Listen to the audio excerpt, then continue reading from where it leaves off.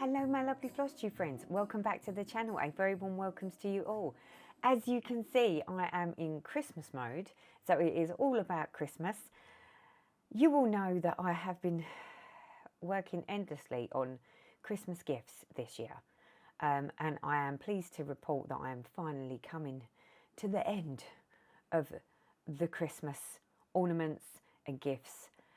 Part of that is that I have been working on the Victoria Sampler Christmas crackers. I did a couple of these a couple of years ago, and the people that I gifted them to actually requested more. So seeing as they requested more, I thought I would make some more.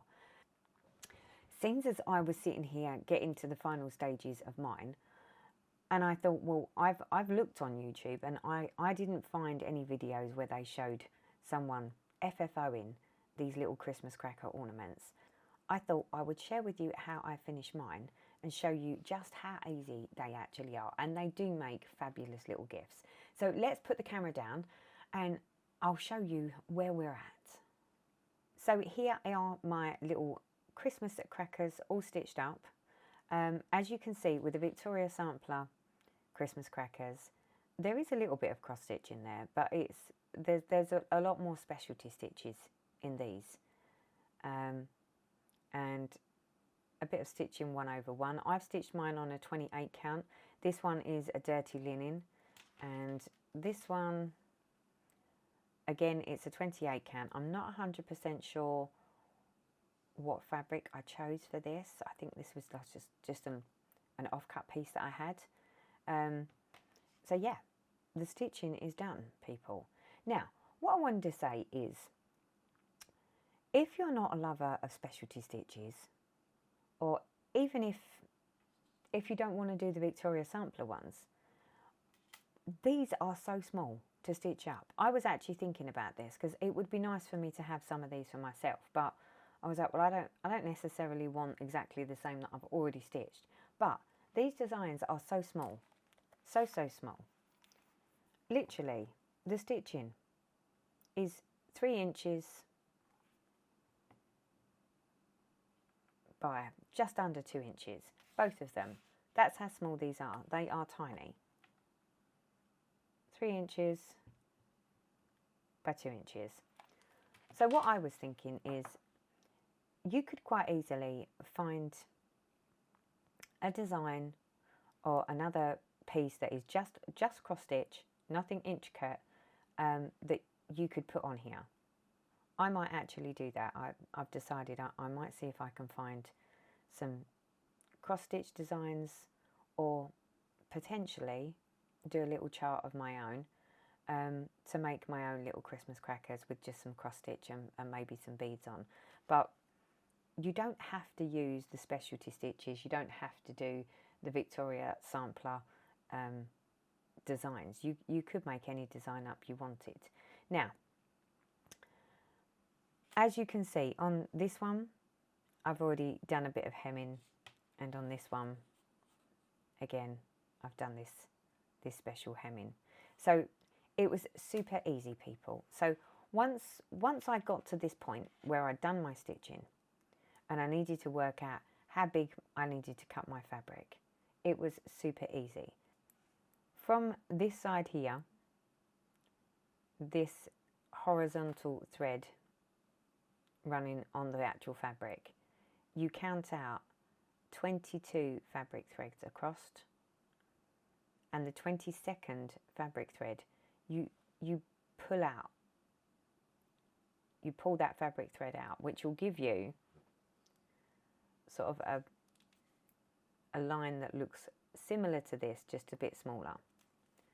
So you go 22 fabric threads out, pull one of the threads out from the top of the fabric up here. You just pull it out, and it literally just tugs out. Do exactly the same on the other side. For the top and the bottom, to get the right amount of distance that you need from the top of the stitching to the end, which obviously has been folded over here, to the end there, it's 64 fabric threads. So literally from this line here you count up 64 and then you pull the fabric thread out. And what that does is that makes it so that you can use your scissors and cut around in that where you've got the missing thread, which is then what gives you the size of fabric that you need. Who knew? Who knew it would be that easy? Now, the only thing I would say is because this is heavily reliant on the threads that are left, you will need to go and do a zigzag stitch around the outside edge. Nothing too big, nothing too intricate. I used my sewing machine. You could do it by hand. Literally, I just whizzed around the edge. I'm not a proficient sewer. If I can do it, anybody can do it. So literally, I went round all of the corners just to make sure that it didn't fray, because it's important that we've got the right amount of fabric threads that we need to do the finishing. So I did that on both pieces, as you can see. Super, super easy. And then we get to the bit which looks like it's intricate, but it really isn't. It really isn't as intricate as it might appear. And that is to be able to get our finished edge. So our finished edge on these ones is this here. So you get this nice little finished edge along the bottom. So that's the bit that I've been working on. So I've done a couple of them. So I wanted to show you how I got there. So I've already started this one because I did actually start recording this and then realised there was a problem with not only the camera but also the audio. Gotta love a bit of tech. Right, so how do we get there, I hear you say? Looks all fun and games, doesn't it? So let me unravel this one so that I can show you just how easy these are, because they are super, super easy. Super easy. Right. So, all that you need to do, she says, is where you've done your gather, or where you've done your zigzag stitch at the top, this is why you need to be a little bit careful when you're doing your zigzag stitch, because you still need to be able to see if I can bring it up. You still need to be able to see these horizontal threads from the very, very top. So all that you do is you count down 7 horizontal threads. When you get to number 7, you put a basting stitch in, which is what this black thread is. For my basting stitching, all I used was some sulky 12 weight black cotton, something that contrasts to the fabric so you can easily see it. And a basting stitch basically means that you just weave in and out along the line all the way across and then leave 2 ends hanging. So it just sits in there like that. Once you have your first basting stitch in, you're then going to count down 7 more fabric threads. Very, very easy. Look, don't even have to count to 10 for this. So that's 1, 2, 3, 4, 5, 6. And then when you get to number 7, you're just going to put another basting stitch in. And again, it's not connected that side. It's not connected that side. Basically, you're just marking out. Then you're going to count another 7 fabric threads. See, this is so easy, right? We're only counting to 7. Okay, so this is where we put our basting stitch. So 1, 2, 3, 4, 5. Number 6 is there. Now, number 7, number 8, and number 9, you just pull out. You pull them out. So all I do is I use my needle, I lift up a fabric thread, I give it a little tug, and then I snip it. And then I just literally lift it through. Once you get a bit of it through, you can give it a tug and it will literally just pull straight out. It's that easy. And then you do the same on the other side. So for this, you can see that I've took out 3 fabric threads. So by pulling out fabric thread 7, 8 and 9 gives me this nice area which is a bit more open. And this is where we're going to make this lovely little design. So once you get to this point, so you've come 7 threads down, you put a basting stitch in. You count another 7 threads down, you put another basting stitch. You count 7 down, and number 7 you remove, number 8 you remove, and number 9 you remove. And you should end up with this. And you do that at the top of the design and at the bottom of the design. Both ends, not on the sides, only the top and bottom. This is where it's so not intricate, people. All you're going to do is you're going to finger press along your basting line. So you finger press the first one, and most fabrics, I mean, this is the 4th one I've done over a few years, and you don't need to iron these, you're just finger pressing, and they sort of hold their own shape. It's great. So I finger press to the first basting line, and then what I'm going to do is I'm then going to fold it again and tuck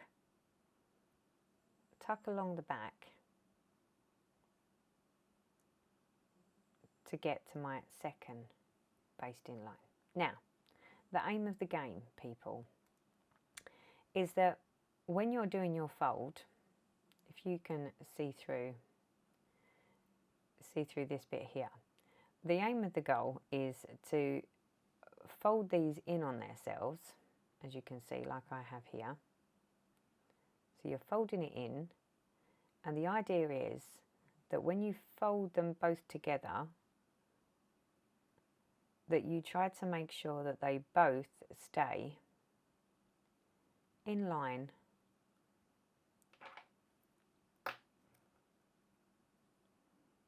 with this thread that runs along there. You don't want this bit that you're folding over to encroach in this area here, because that's where we're going to do our stitching. Now, it doesn't need to be perfect. Really, it doesn't. I like to just sort of fold it so that I've got the back of my work, as you can see, is not very tidy. Fold it so that I can see where that line is, to try and make these two edges. So I'm trying to make this bit and this bit line up so that when I fold it, this bit at the back doesn't really go or interfere with this area here. Once you've folded it, it should look something like this. Won't necessarily be totally perfect, and that is fine, because some of how we do this actually helps to straighten everything up. So I'm just using good old-fashioned pins just to hold it in place to where I want it. Super easy, right?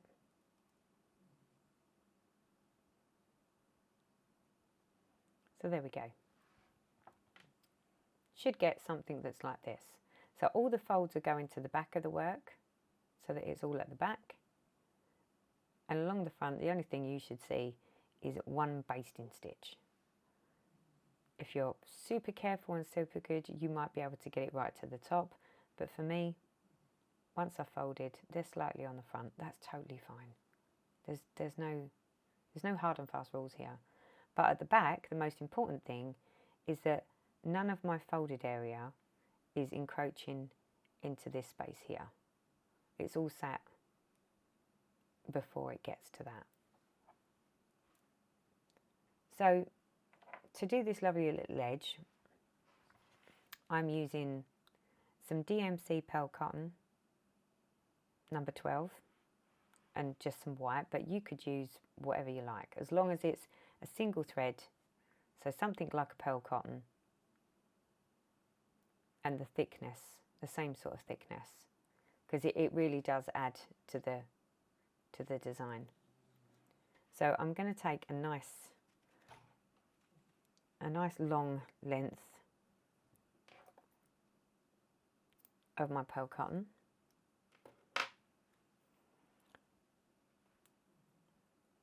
Thread up my needle. Now, I'm not going to, like I said, I am not an expert at this. Far from it, people. Far from being an expert. But what I am going to do, she says, and some people will probably cringe at this, but to make sure and be completely sure that I'm not going to end up with anything unraveling, I'm going to make a knot.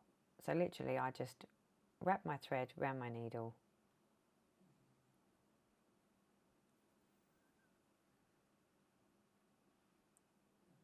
and make a little knot in the end. Now, don't panic, you're not going to see this. What I will do is these basting stitches, or these basting threads, I'm going to cut these a little shorter now, because I tend to find that when I first start, they just get in the way. And they're only there as guidelines. Once we finish this process and we finish this bit, you can actually take these, we're gonna pull these out. So there's no reason to have them too long, as long as you can grab them to pull them out.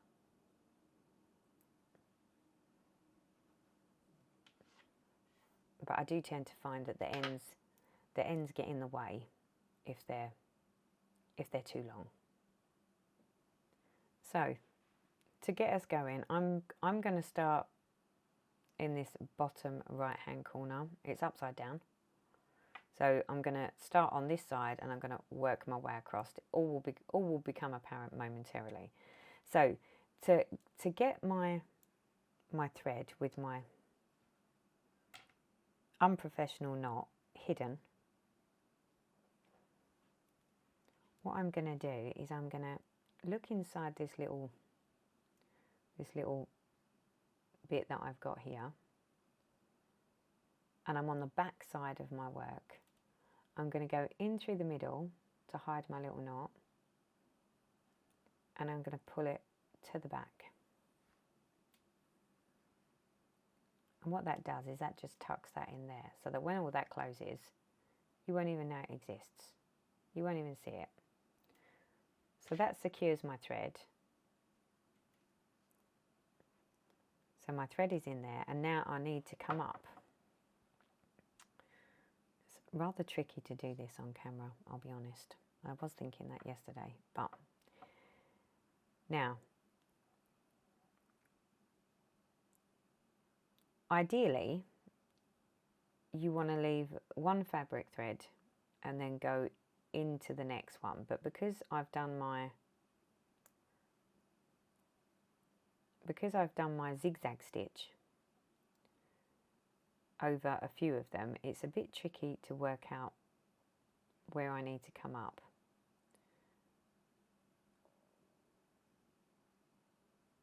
And come down. So I'm sort of guessing it here a little bit. Okay. Now, I'm going to come up 2 fabrics. So that's one fabric thread. That's 2 fabric threads. So in this little in this hole here, so 2 fabric threads back from where we've got this big gap is where I'm going to bring my needle up. And then I'm going to come down into this area here, directly above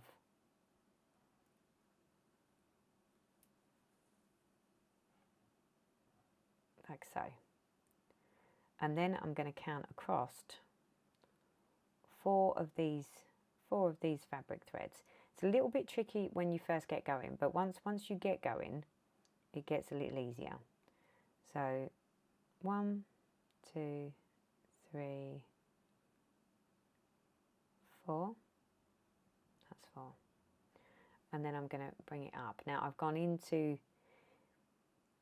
the area where we took some of the threads out. And this is how you make that lovely pattern. And then I'm going to go back down where we brought the thread through.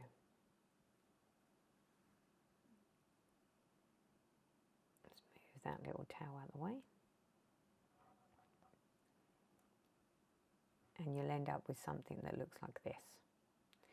And what you're going to do is, you're not tugging it massively, but you want it to make this little holy effect, because that's what's going to give you this edge, this pretty edge. So now you can easily see where you need to come back in. So I'm coming in the second hole down from the big hole,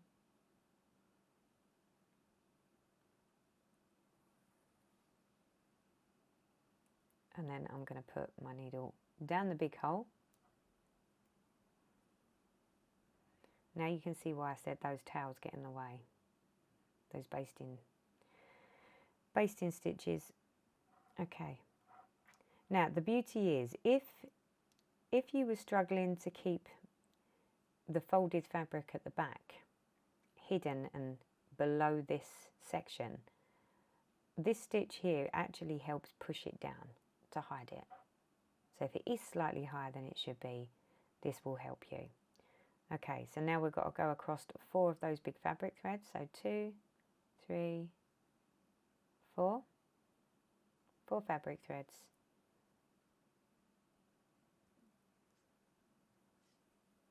Bring your needle up, and you're going to wrap it round and go back down where you just came from.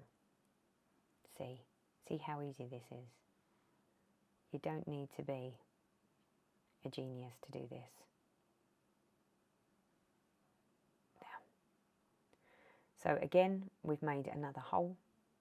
So where we've got this hole, we want to come down 1, 2. So we want our needle to come back up underneath the second fabric thread. In there. Is that showing on the camera? So we're bringing it up. 1, 2. Bring it up. And then we're going to go back down the hole. Do you know what? I've been finding this stitch really therapeutic. Really therapeutic. And then we're going to count across 4 of our fabric threads. So 1, 2, 3, 4. So we're collecting 4 of those to gather together. See? And then guess what? We're going to go back down that really big hole again. So easy. If you find that yours sits a little higher than you'd like it, you can use your needle and just pull it down a little bit. So then where we've got this big hole, we want to come down 1 thread, 2 threads. So again, we want to bring our needle up here from the back. She says, I'm not holding it in the right way.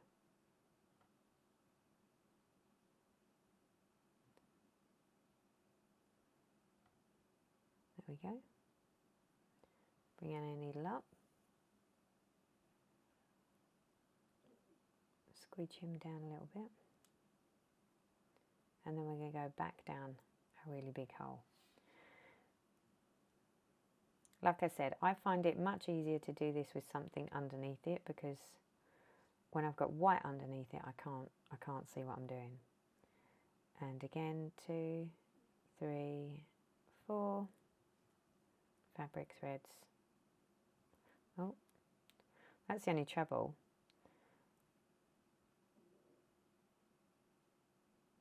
Is that because that's such a big hole, there's no resistance on the needle, so you do have to keep hold of your needle. We're going to go back down where we just came up. And each time you do this, you don't need to pull massively, but you want to make it so that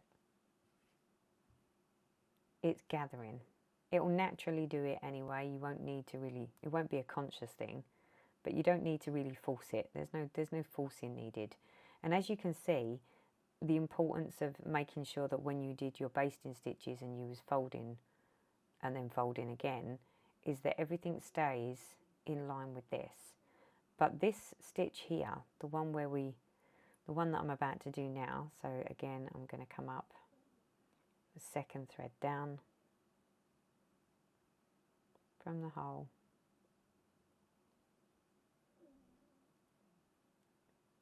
it's harder than it looks on camera, I must say. So second thread up from this hole, and then when you come back down, this action, so this part of the stitch here is what helps hold the fabric, the fold that's at the back, helps push it down, see? Because that's what you're doing, you're sort of pushing it down.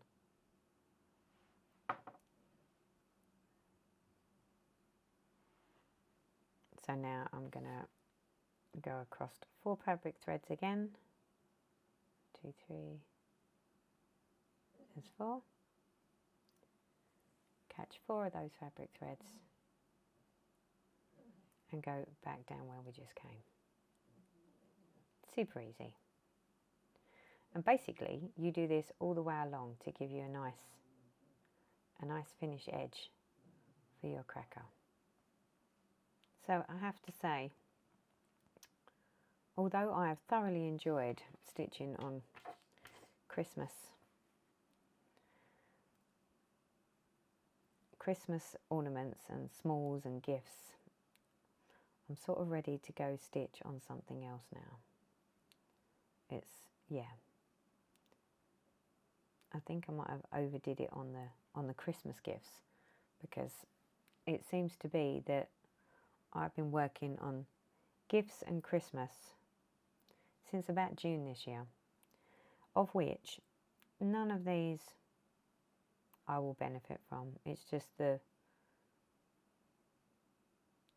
thought of being able to gift them, which is fine if it's people that are going to appreciate them. I mean, I'm pretty sure, fairly confident that the people that are going to be receiving these do appreciate what goes into it. But I'm sort of done now.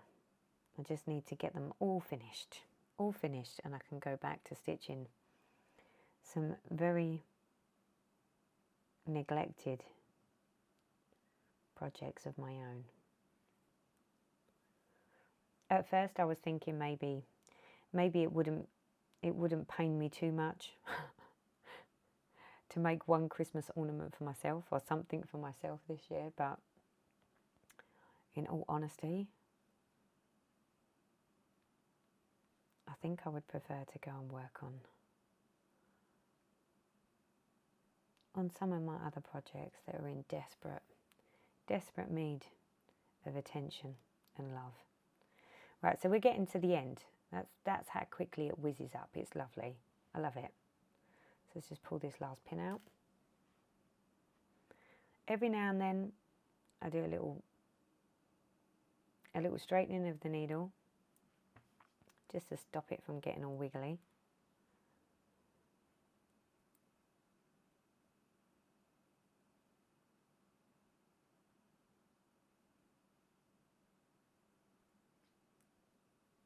And once you get a technique, I found that if I do it sideward works better for me personally.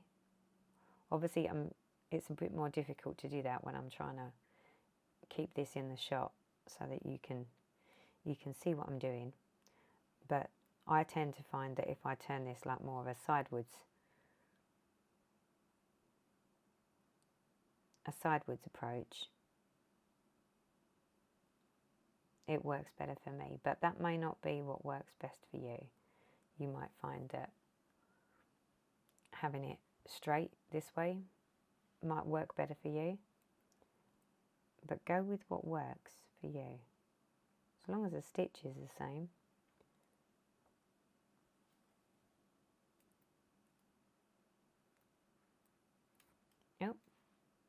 she says. Coming to the end. When you start this and when you end it, it gets a little bit more fiddly, just because you haven't actually got any fabric to grab to hold it where you want it. But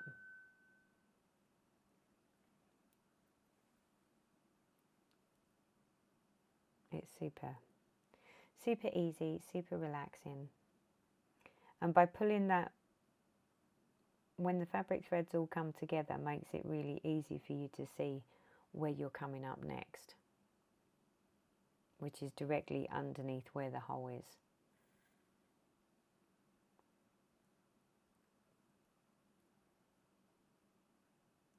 It's a great little finishing, like hem stitch. Because I'm not one that does a lot of finishing, and I certainly don't do things like this very often, when you learn these new stitches, you can apply this to almost anything. So I was thinking, like, do you know what, you could do a wall hanging and have a nice decorative edge along the bottom like this now, rather than worrying about what do you do with the bottom.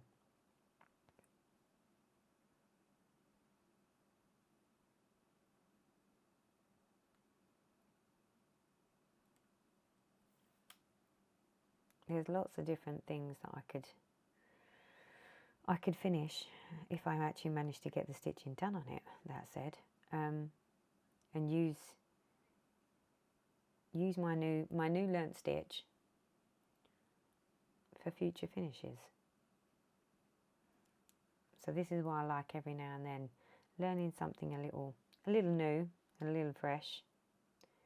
Who knew, when I only thought all I could ever do was a full coverage, that I could do these sorts of things. But it's really not very hard, as I'm proving. I am no expert. I am far from an expert in these things. I just needed the instructions with a few pictures. Pictures were very helpful, must say.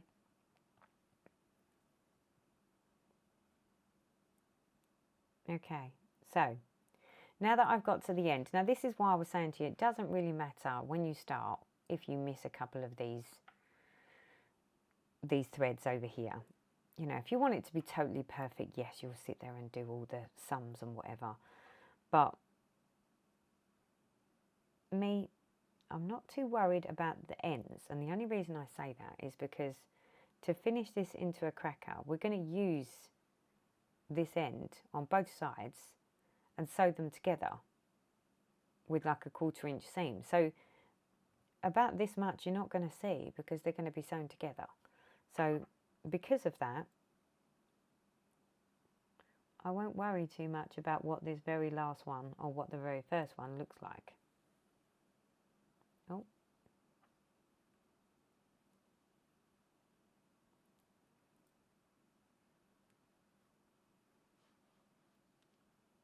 So this very last one and very first one, like I say, not bothered. Now, some people would say, oh no, you need to leave one thread, in which case I just won't go over the 4. I'll go over whatever's left, as long as it's less than 4. So for me, that would be somewhere around, where are we? Can't even see. They're all squished together. So let's say there. There we go. I'll do it like that. See? No hard and fast rules here. Now, once I've got to this end, and I'm going to come towards the back, and then what I'm going to do is I'm going to bring my thread through this back section, and then I'll go back through to the front section. Oh, without catching my little basting stitch, pull him out. And then I'm going to come back to the back section. I keep getting my basting stitches stuck, don't I? And then I'm going to do my little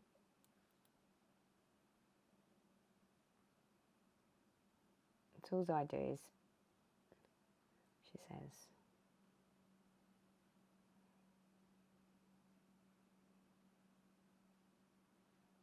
catch a little bit of the thread,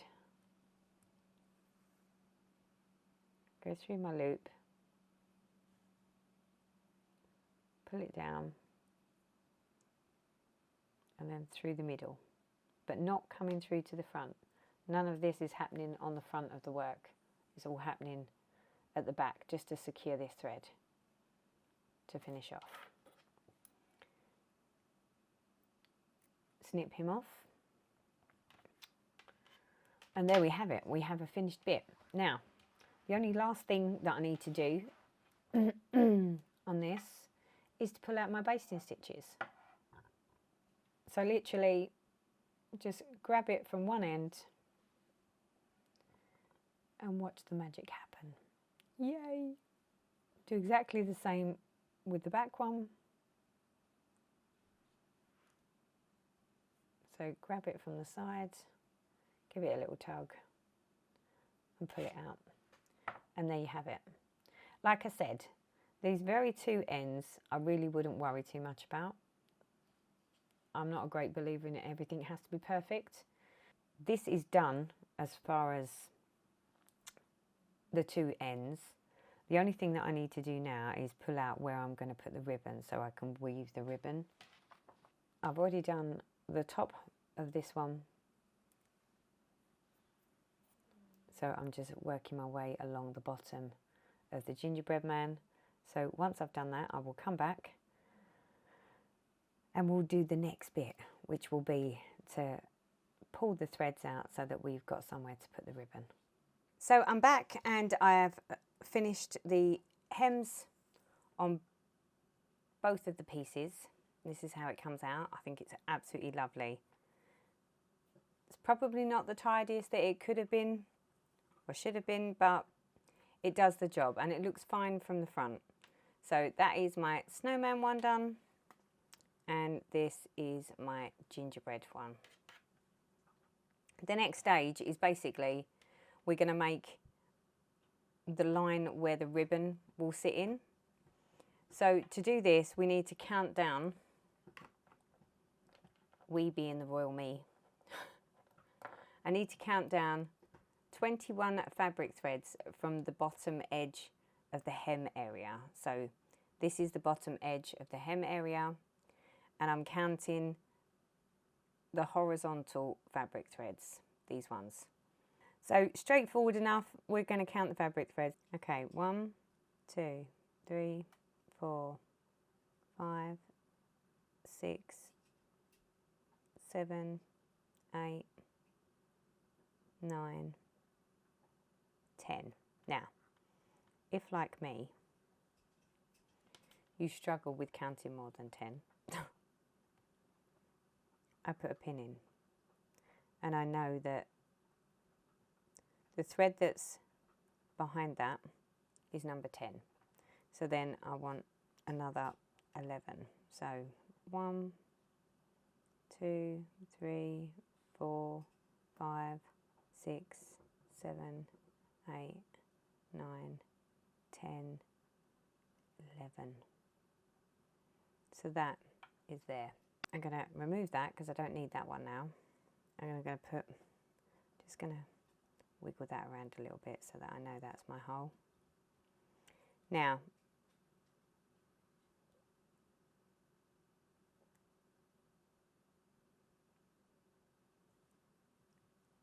that is my 21. So now I need to remove the next 4 fabric threads. So me personally, the way I do it is I leave the needle in there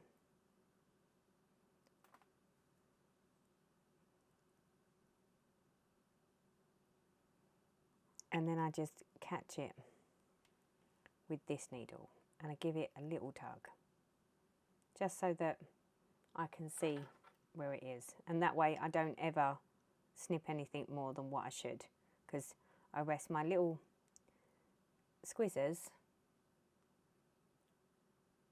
against the needles so that I can't go wrong, and then I just snip it. That way I know that I'm snipping the right thread. So I'll take this out. Now, because we've snipped this, all I have to do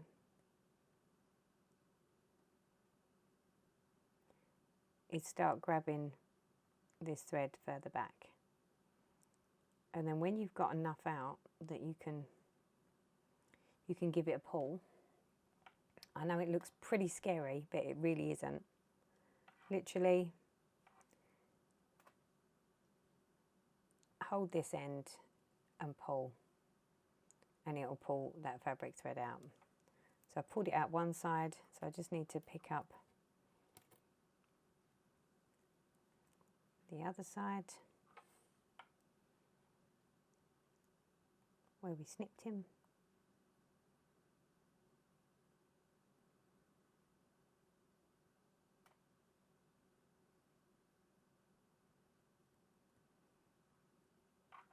Need a bit more than that. And then I'm going to pull the other bit out. There we go. So that's 1 of 4. And because I'm working from the hem down, so what I could do is just go to the end now, because I know exactly what I'm doing and where I'm at. And you can just pull it out from the end. So we've done 1. Hold this end and pull. That's thread number 2. And we do the same thing for thread number 3. Pull him out a little bit.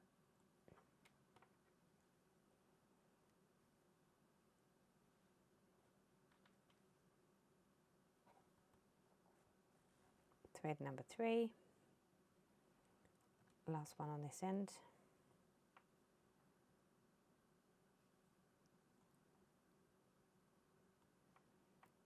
and that's thread number 4. And then we do exactly the same thing on the other side, because this is where the ribbon's going to go. So I've gone ahead and done both pieces. So the blue one is done with the snowman, and we've done exactly the same thing with our gingerbread man. So they are now all ready to put together. So next thing is interfacing. So it doesn't call for a very thick interfacing, it just calls for like an iron on interfacing. Most of you would have dealt with this at some point in your life. The only thing that they say is when you're putting the interface on, the fluffy side is the side that you iron. The shiny side is the bit that's got the glue on, and that's the bit that we want against our stitching. So we're going to turn these over so that they are face down. So your stitching is away. You're doing this on the back. So here's my interfacing. This is my stitching. Basically, what you need to do is cut a piece of interfacing that will not go over this edge here where the ribbon goes on either side. So I did have a special ironing board, like a quilter's one, but it was a little diddy one, which is perfect for these sorts of jobs, and for the life of me I cannot find it. So we're going to make do with a towel. So I'm just going to remind myself that this is my sticky side, which has got to go against the wrong side of my stitching. And I need to make sure that wherever I place it, it does not cover this line here or here where we took the threads out. So my margins look okay. Like I say, this doesn't have to be absolutely perfect. You just need to make sure it doesn't go over that line there. So I'm going to use my little handy dandy Cricut iron, and I'm just going to iron that on. Super, super easy, and it irons on really easily.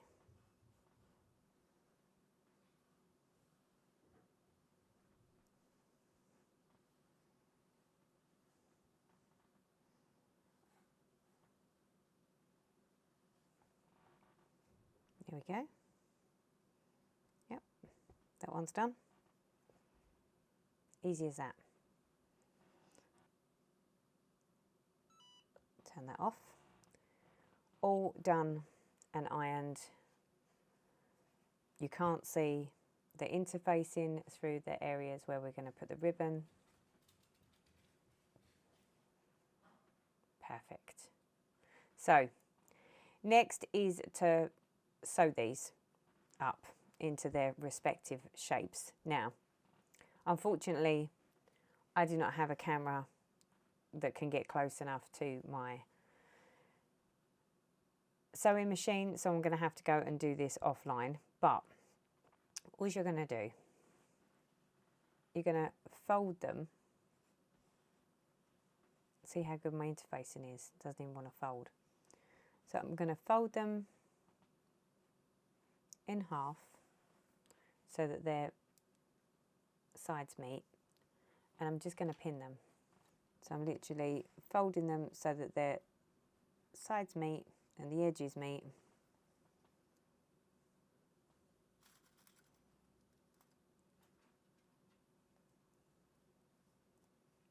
Pin that in place.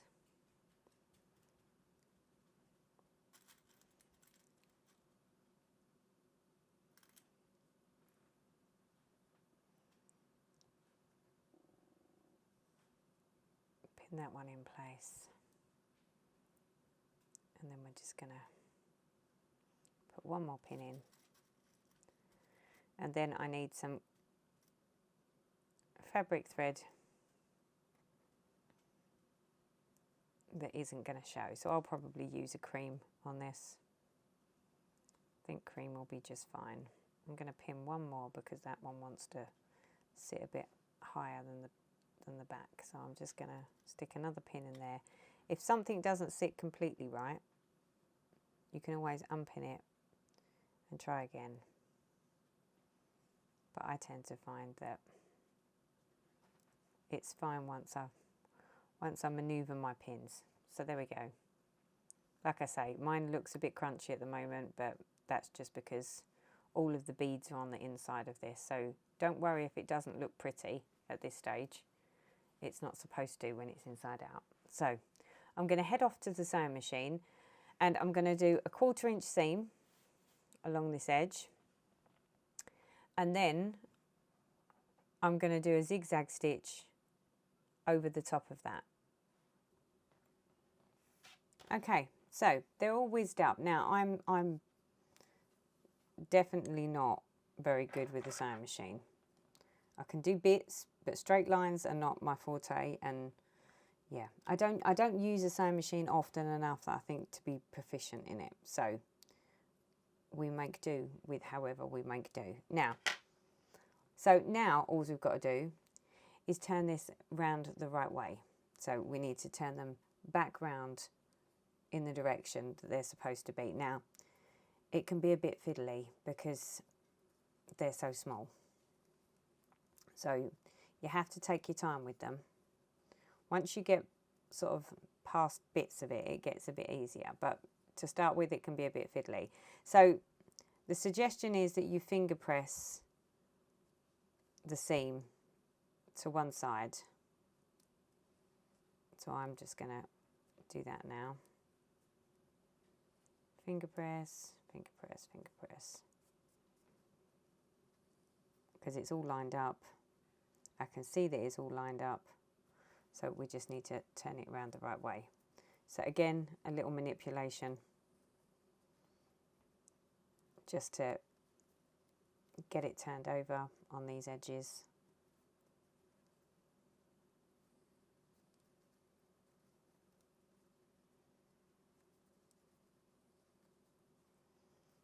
And then once you've got it where you need it, you can start pushing the rest of it in.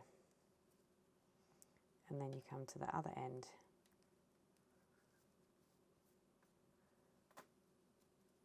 And start gently, she says.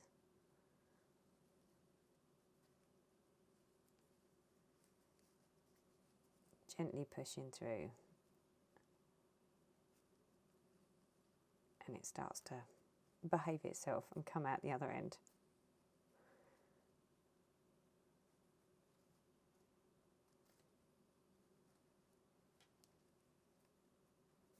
There we go. Pull him around the right way. There. So then along the back edge here, where the fold is, I'm just re-finger pressing that seam on the inside. Look how small these are. They're so cute. So stinking cute. So there we go. So there is cracker number 1. This is what's supposed to look like. So you can see that the line where your ribbon's going to go matches and meets up on both sides. This is how it's supposed to look. However, this is how it's not supposed to look.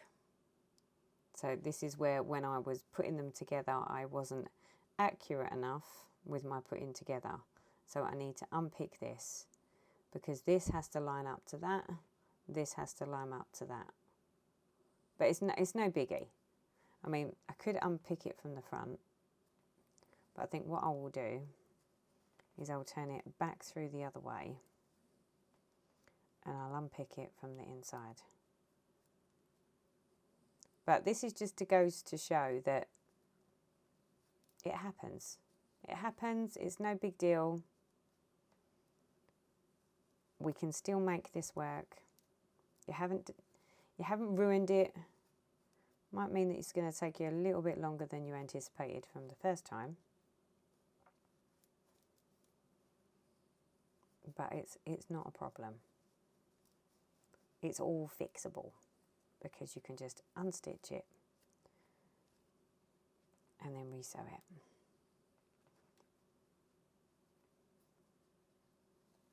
There we go. He's coming out now. Back round the right way, or the wrong way. There we go. So I'm going to quickly unpick this, reline my lines back up, restitch it and come back. Okay, so this just goes to prove that you can on occasion have some that just don't work out quite as well as you thought they would, but I'm fine with that because they're just little Christmas gifts. So it's lined up along the back now, she says.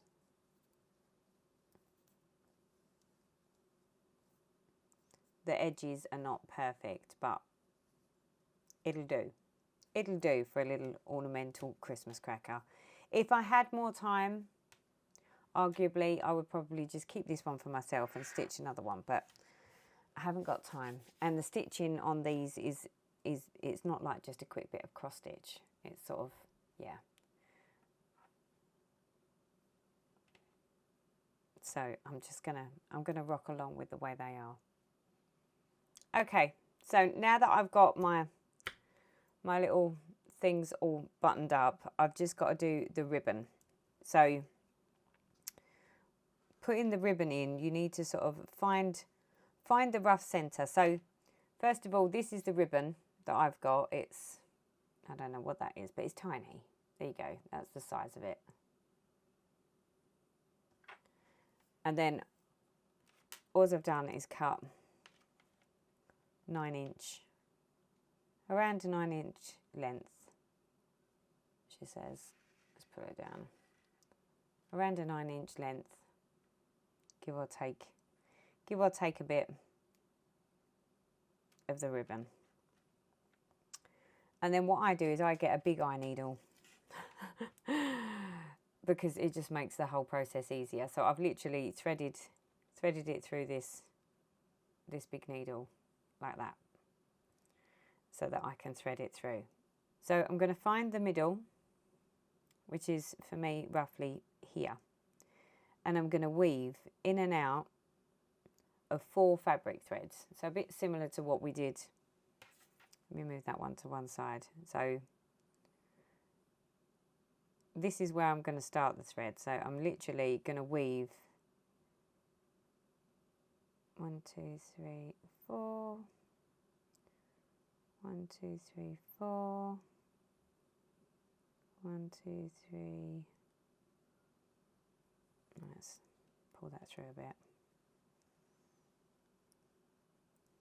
That's it. And then we're going to go over 4. It's really hard to see on camera, but you get the gist of it. So 2, 4, so I want to go under these 4.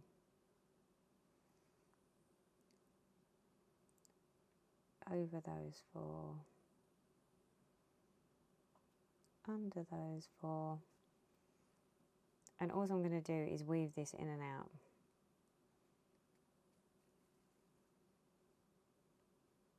Without putting a kink in it like that, she says.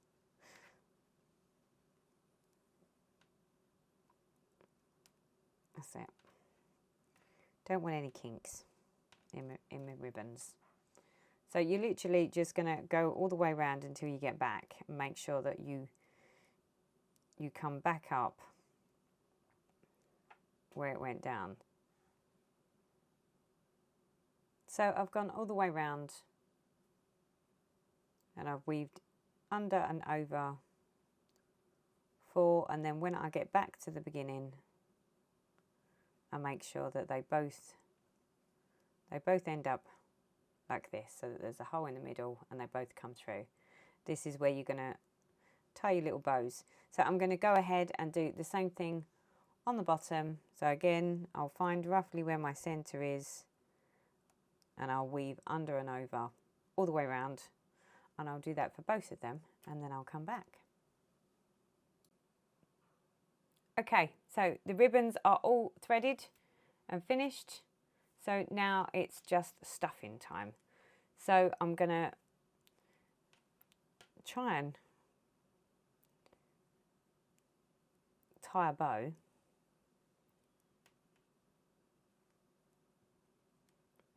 My bow tying is probably not going to be the best looking bow, but we will make do. So we're going to tie our bow, which is going to give us this little look. So I'm tying that up pretty tight. I hate fiddly things. Doesn't help with my nails, I'll admit. The nails are in desperate need of a redo. But I just haven't had time to go and get them done. Right, okay, so we're gonna, don't worry, I'm not leaving it like this. I just need to get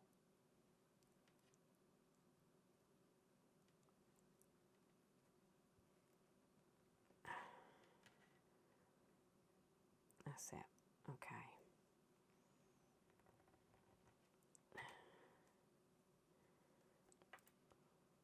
Once I've filled it, okay, it's starting to look a bit more like a bow now. Okay, so once you tie your bow, you start stuffing with your stuffing stuff. So after watching hundreds of Vonna's tutorials about this stuff, the key and the trick is to do this and pull it apart, because apparently it goes a long way like this. So I'm just literally, and that she's right, you know, it gets much bigger. So all I'm going to do is start stuffing the hole, people. And it's about this point that I think a stick or a chopstick or something, not that you need anything that big actually for something like this, because of what it is. But literally, as soon as you start putting some stuffing in, it starts making its little sausage shape, and it's like, oh yeah, That's what it's supposed to look like, because it looks a bit all flimsy before you get stuff in. I don't like it when I've got lots of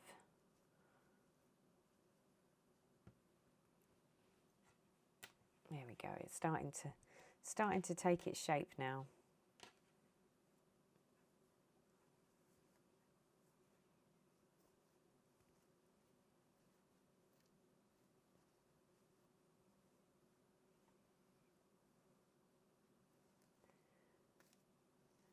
Does he need any more? Just looking inside at where the ribbon is, because that will give me my gauge of.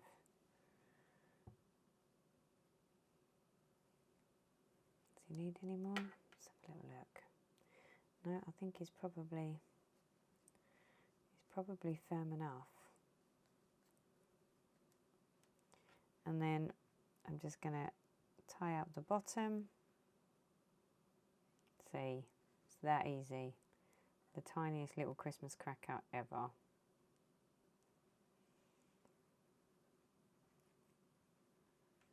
So let's just stuff the stuffing in just a smidge more. There we go. Tie another very fiddly bow, she says. Going off camera.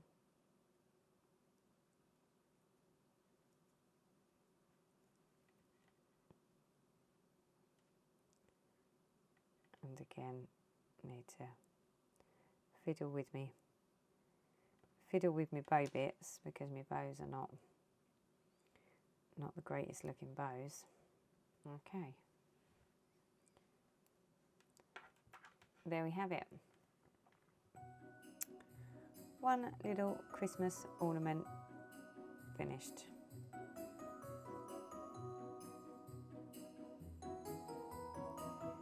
So I've done this one, and now I've just got this one to do.